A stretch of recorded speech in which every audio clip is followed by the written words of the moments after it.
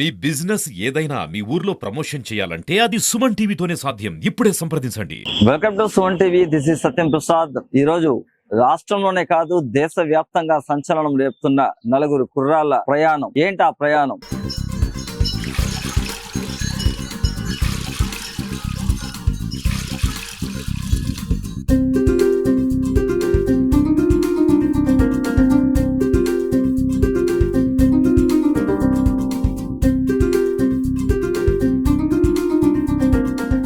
చిత్తూరు జిల్లా పూతలపట్టు నియోజకవర్గం బంగారుపాలెం మండల కేంద్రంలోని గుండ్లకట్టమంచికి చెందిన నలుగురు యువకులు సాధించి చూపించారు.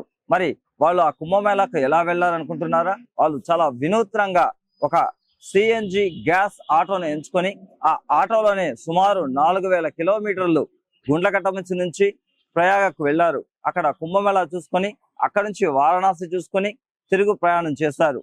మరి ఈ ప్రయాణంలో వారు పడ్డ కష్టాలేంటి, వారి అనుభవాలు ఏంటి అని తెలుసుకోవడానికి ఆ నలుగురు కుర్రాళ్ళు ప్రస్తుతం మన దగ్గరే ఉన్నారు. వాళ్ళని అడిగి తెలుసుకుందాం. అందులో ముఖ్యంగా ఏపీ టిట్కోలో పనిచేస్తున్న సాయి స్వర్ణ కుమార్ ప్రస్తుతం మన దగ్గర ఉన్నారు. జర్నీ యొక్క విశేషాలను తెలుసుకుందాం రండి.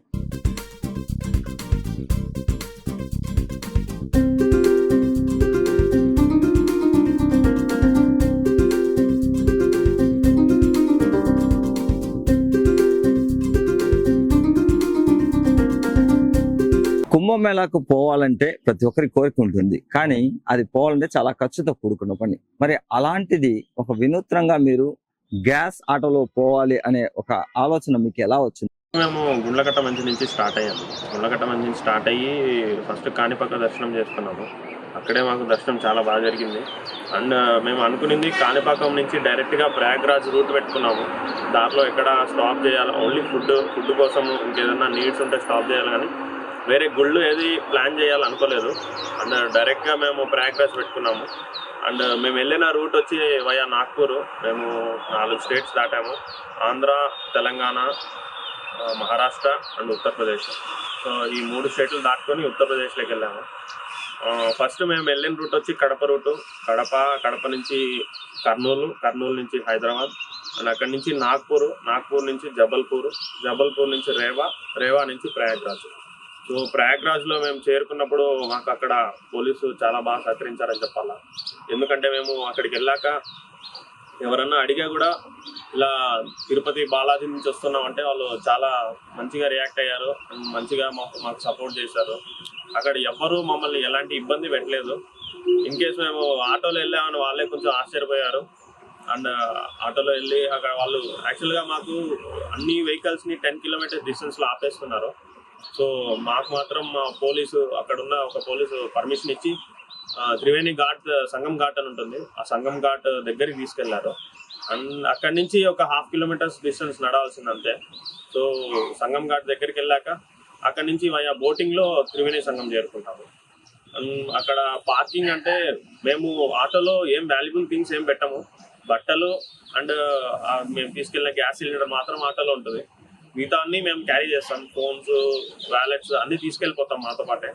కాబట్టి అక్కడ దొంగతనం జరిగేదని కూడా ఏం ఛాన్స్ లేదు.